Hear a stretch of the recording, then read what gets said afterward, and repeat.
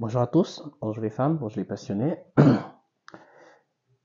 Euh, si nous sommes là aujourd'hui, c'est pour parler de la VHD. Je sais que j'avais déjà fait une vidéo sur la VHD, mais en mon réveil, j'ai vu beaucoup de messages dans le groupe des importateurs de la gamme Optima, notamment en Côte d'Ivoire, parce qu'on a un répertoire. Et c'est une maladie qui peut mettre en péril tous les efforts des cuniculteurs et qui peut déranger effectivement cette filière cunicole que nous essayons de mettre en place depuis bon nombre d'années. Ce qu'il faut déjà savoir, c'est que cette maladie est dévastatrice. Elle est vraiment dévastatrice. Donc, à tous ceux qui m'ont écrit, notamment nos éleveurs de la Côte d'Ivoire, c'est pour éviter de répondre à tout le monde au même moment parce que ça va prendre beaucoup de temps et comme on est un peu submergé actuellement, j'ai fait cette vidéo pour pouvoir vous donner la conduite à tenir. Déjà, le premier constat qu'il faut savoir, c'est que c'est une maladie virale, donc qui se propage très vite. Les premiers signes, les premiers symptômes ou signes cliniques, c'est vous avez le lapin qui tombe presque évanoui, qui s'agite dans la cage en poussant un cri, ensuite il tombe évanoui, c'est la mort. Parfois vous avez du sang au niveau des narines, parfois pas, parce que ça dépend de quel type de, de virus qui vous attaque. Ensuite, la mortalité, vous pouvez l'avoir en maternité, vous pouvez l'avoir au niveau des lapereaux. Donc, ça veut dire ça foudroie. Et là également, ça dépend de quel type de virus vous attaque. Donc, actuellement, nous avons deux thèses qui ont été faites en Afrique, un par un groupe américain, un par un docteur vétérinaire belge, Martin Lanois, un ami, avec qui on a travaillé sur la typologie des vaccins au Bénin, des maladies, des virus au Bénin. Donc, il faut savoir que déjà, dans l'Afrique subsaharienne, que ce soit l'Afrique centrale, l'Afrique de l'Ouest et même l'Afrique de l'Est, on a deux virus qui circulent. C'est-à-dire, c'est le RHDV1 et puis le RHDV2. Mais il faut savoir que aujourd'hui, le RHDV2, vu la mutation rapide du virus, est en train de prendre le dessus sur le RHDV1. Donc, ça veut dire que jusqu'à présent, il n'y a pas une troisième souche qui a été définie, retrouvée en Afrique, quoique la dernière fois, lors des derniers congrès mondiaux, on a vu qu'en Chine, effectivement, il y avait possibilité d'avoir une troisième souche de la VHD. Mais pour le moment, en Afrique, nous n'avons que deux. Vous connaissez mon histoire. J'ai moi-même été frappé deux fois par la VHD. En 2015, j'en ai perdu 1000 lapins. En 2018, j'en ai perdu 4000. Et je me suis juré que plus jamais je ne perdrai. Et notre but, en fait, ce n'est pas seulement de se protéger, mais d'empêcher les autres à vivre ce que nous avons vécu. C'est faire en sorte que aucun éleveur ne puisse vivre ce que nous on a vécu. Donc, c'est tracer la route et faire en sorte que ceux qui viennent derrière puissent en bénéficier. Donc, qu'est-ce qu'il faut faire?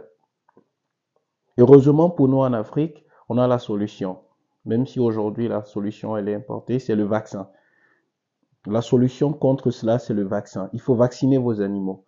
Toute la gamme Optima que nous importons en Afrique est vaccinée. Mais comment ça se passe?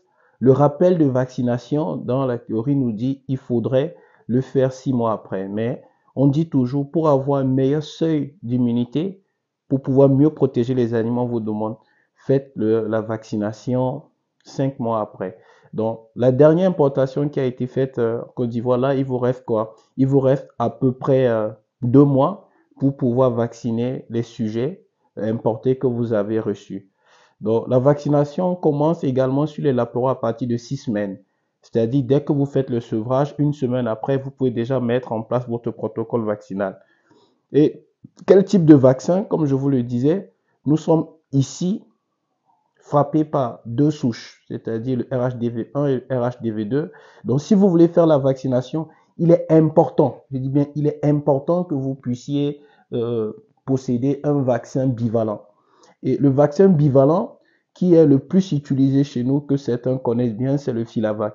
Mais quoi qu'aujourd'hui, il y a d'autres qui sont encore mis sur le marché et qui permet d'atteindre aussi une immunité très bien, très bien acquise.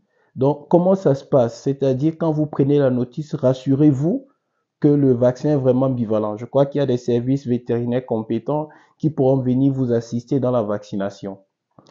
L'autre chose qui est très importante, c'est-à-dire quand vous êtes frappé par la VHD, vous devez savoir que l'immunité, quand vous faites le vaccin, en cas, je dis bien en cas de présence du vaccin dans votre élevage, en cas de présence du virus dans votre élevage, lorsque vous mettez le vaccin, vous devez savoir que l'immunité sera installée au bout de 9 jours. Donc, tous les animaux qui sont en incubation avancée, au bout de 9 jours, ils partiront. Donc, ça là, c'est inévitable. D'accord? L'autre chose, je passe par là pour donner des conseils assez précis aux éleveurs.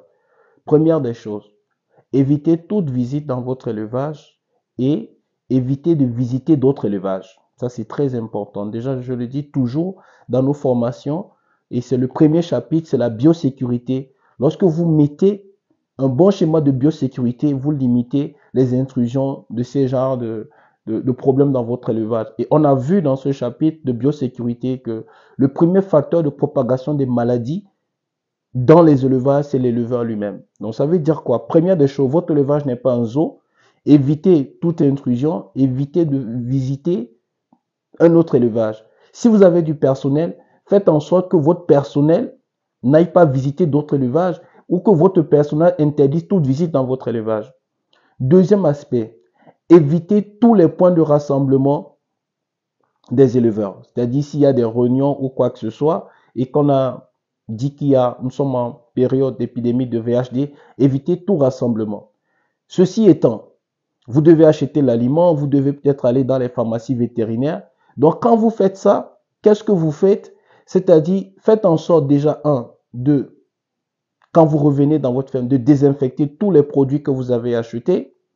Et quand vous voulez aller dans votre élevage, prenez d'abord une douche, changez tous les habits que vous avez utilisés pour aller à l'extérieur et prenez la peine de mettre une pédiluve pour désinfecter les pieds et également un gel hydroalcoolique qui est à la fois virucide, fongicide et bactéricide pour pouvoir maximiser en fait la protection de votre élevage. Donc, ceci dit, il est très important que vous ayez des vêtements et des chaussures qui sont propres à l'élevage, qui ne sortent pas, et également des choses pour pouvoir marcher à l'extérieur. Donc, quand vous arrivez chez vous, faites en sorte rigoureusement de toujours prendre une douche avant de pouvoir aller voir vos lapins. Et faites en sorte de limiter les personnes qui sont en contact de votre élevage. Donc, si c'est vous-même qui allez acheter les produits, je vous conseille vous-même de ne pas entrer dans votre bâtiment jusqu'à ce que les choses soient mises en place, mais de plutôt laisser les animaliers qui travaillent pour vous avoir accès en vous assurant qu'ils n'ont pas été en contact avec des gens qui viennent de l'extérieur. Cette maladie, on peut l'attraper banalement. Il suffit que quelqu'un qui a la maladie ne prenne pas ses précautions, il va acheter n'importe quoi, il touche le billet, que le caissier prend ce billet-là, vous donne la monnaie avec sa main, que vous rentrez, vous avez juste touché l'argent, que vous rentrez sans prendre de précautions, vous touchez la cage, au bout de quelques jours, vous aurez la VHD chez vous. Il suffit que quelqu'un qui a eu la VHD jette un cadavre, qu'un chien va manger, qu'un chien défèque, et que vous passiez sur les déjections, que vous entrez dans votre élevage avec les mêmes chaussures que vous avez ramené la maladie. Donc, ça veut dire quoi? C'est un virus qui vit dans l'air ambiant et qui est très résistant. Donc, ne badinez pas avec ça.